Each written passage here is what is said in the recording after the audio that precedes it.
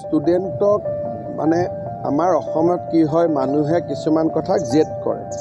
আমি স্কুটিখন কিয় দিওঁ আমি স্কুটিখন দিওঁ কলেজত যাবৰ কাৰণে নমস্কাৰ জয় অসম জয় হিন্দ মই অবয়ব ভূঞা এটা নতুন ভিডিঅ'লৈ স্বাগতম জনাইছোঁ আজি পুনৰ এবাৰ আমি কথা পাতিম সেই সকল ছাত্ৰ ছাত্ৰীৰ কথা যি ছাত্ৰ ছাত্ৰী বঞ্চিত হৈছে এবাৰ ডক্টৰ বাণীকান্ত কাকতি এৱাৰ্ডৰ পৰা অৰ্থাৎ চৰকাৰৰ পৰা যোগান দিয়া সেই স্কুটাৰখনৰ পৰা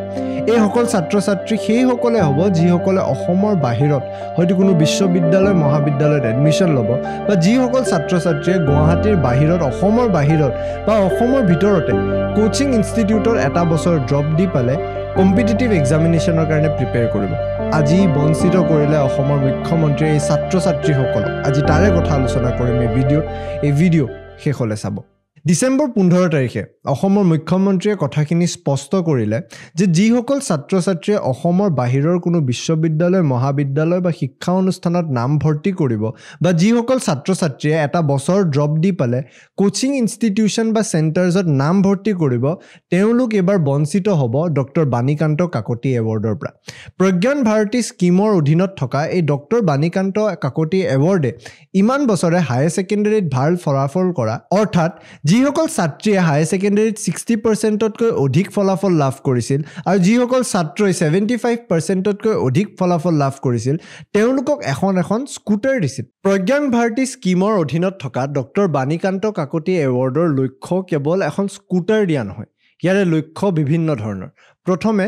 গ্ৰছ এনৰোলমেণ্ট ৰেচিঅ' অৰ্থাৎ স্কুলত যাতে এনৰোলমেণ্ট বেছি হয় বা উচ্চ শিক্ষা লাভ কৰিবলৈ ছাত্ৰ ছাত্ৰীৰ যাতে সেই এনৰোলমেণ্টৰ সংখ্যা বেছি হয় তাৰে প্ৰথমটো এম্বিশ্যন বা টাৰ্গেট ৰাখিছিল এই বিশেষ আঁচনি বা এই বিশেষ বঁটাই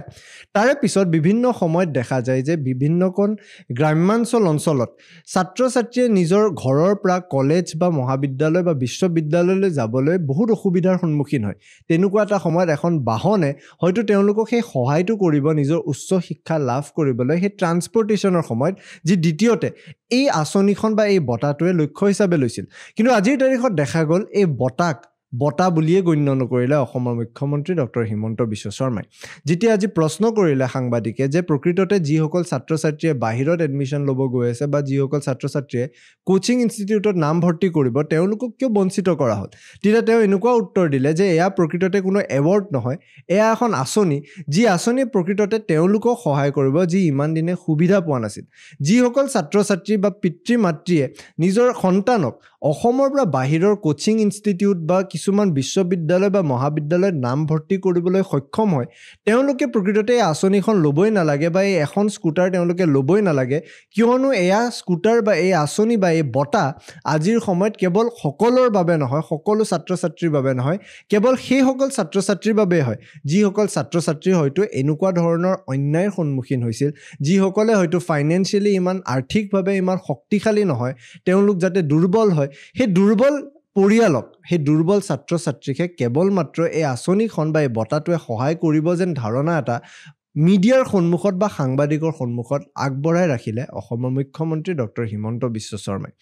ইয়াৰে পূৰ্বে যদি আমি মনত কৰোঁ নিৰ্বাচনৰ বিভিন্ন কেম্পেইনছত আমি শুনা পাওঁ ছাত্ৰসকলক বিভিন্ন সময়ত প্ৰশ্ন কৰে যে এইবাৰ বুলেট লাগিব নেকি বিভিন্ন সময়ত মামা বুলি সম্বোধন কৰা অসমৰ মুখ্যমন্ত্ৰীক বিভিন্নজন ছাত্ৰই দাবী কৰে যে বুলেট তেওঁলোকক লাগিব যদিহে এবাৰ হয়তো পৰীক্ষাত ভাল ফলাফল আনিব আমি বহুখিনি সময়ত দেখিছিলোঁ যে এয়া এটা ৰিৱাৰ্ড ছিষ্টেম হিচাপেও কাম কৰিছিল আনন্দৰাম বৰুৱা যি বঁটা তেওঁলোকে প্ৰদান কৰিছিল এটা সময়ত লেপটপ হিচাপে দিছিল আজিৰ সময়ত আৰ্থিকভাৱে তেওঁলোকক সহায় কৰে বিভিন্ন সময়ত টকা দি পালে ফাইনেন্সিয়েলি ছাপোৰ্ট দিবলৈ চেষ্টা কৰে এই ছাত্ৰ ছাত্ৰীসকলক আৰু বিভিন্ন সময়ত এই বাণীকান্ত কাকতি এৱাৰ্ডো তেনেকুৱা এটা সাইকোলজিকেল ৰিৱাৰ্ড হিচাপে বিভিন্নজন ছাত্ৰ বা ছাত্ৰীক পঢ়িবলৈ আৰু জোৰ দিবলৈ সক্ষম হৈছিল তেনেকুৱা এটা সময়ত হঠাতে কোনো ধৰণৰ নিয়ম নমনাকৈ বা কোনো ধৰণৰ এলিজিবিলিটি ক্ৰাইটেৰিয়া অফিচিয়েলি নখলোৱাকৈ হঠাতে চৰকাৰৰ ফালৰ পৰা এনেকুৱা সিদ্ধান্ত দিয়াৰ পিছত আজি একাংশ ছাত্ৰ ছাত্ৰী যি বিভিন্ন সময়ত হয়তো এনেকুৱা পৰিকল্পনা কৰিছিল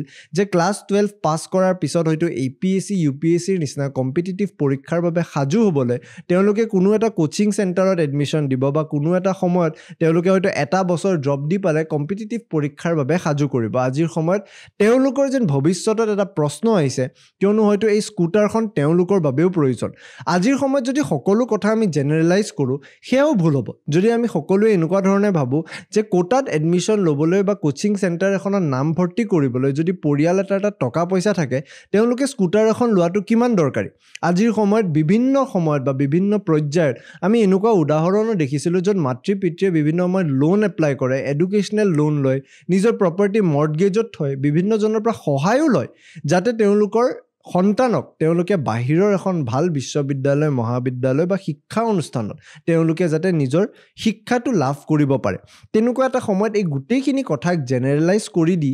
এটা এনেকুৱা হয়তো ছেকশ্যনক অন্যায়ৰ সন্মুখীন কৰাটো কিমান দূৰ সঠিক আজিৰ সময়ত সেয়া প্ৰকৃততে এটা প্ৰশ্নৰ বিষয় যদিহে আমি এলিজিবিলিটি ক্ৰাইটেৰিয়াৰ কথাও কওঁ 2023 চনত যি এলিজিবিলিটি ক্ৰাইটেৰিয়া আহিছিল এই ক্ৰাইটেৰিয়াত ক'তো এইটো কথা উত্থাপন কৰা হোৱা নাছিল যে কোনো এজন ছাত্ৰই যদি বাহিৰৰ কোনো এখন ইউনিভাৰ্চিটি কলেজত এডমিশ্যন লয় তেওঁলোকে স্কুটাৰ নাপাব বা তেওঁলোকে যদি কোনো এটা সময়ত কোনো কোচিং চেণ্টাৰত নাম ভৰ্তি কৰে তেওঁলোকে এই স্কুটাৰখন নাপাব বুলি কোনো এলিজিবিলিটি ক্ৰাইটেৰিয়া লিখা নাছিল ইমান বছৰে যিসকল ছাত্ৰ ছাত্ৰীয়ে স্কুটাৰ পাইছিল তেওঁলোকে প্ৰকৃততে স্কুটাৰ পাই আহিছিল কিন্তু হঠাৎ এই সিদ্ধান্ত সলনি কেৱল স্কুটাৰ ডিষ্ট্ৰিবিউশ্যনৰ সময়ত দি থকাটোৱে প্ৰকৃততে এটা ডাঙৰ প্ৰশ্ন আহে যে আজিৰ সময়ত এই বিশেষ ছাত্ৰ ছাত্ৰীসকলক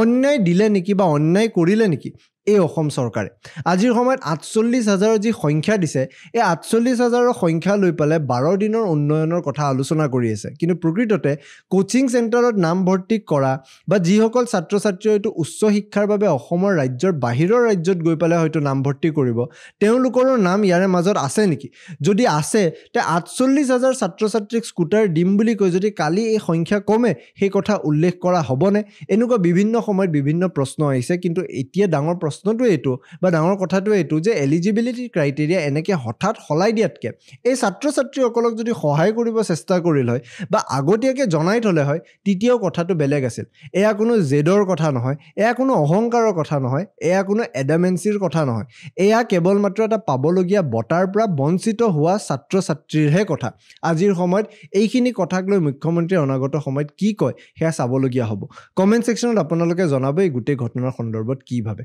এই ভিডিঅ'টো চোৱাৰ বাবে ধন্যবাদ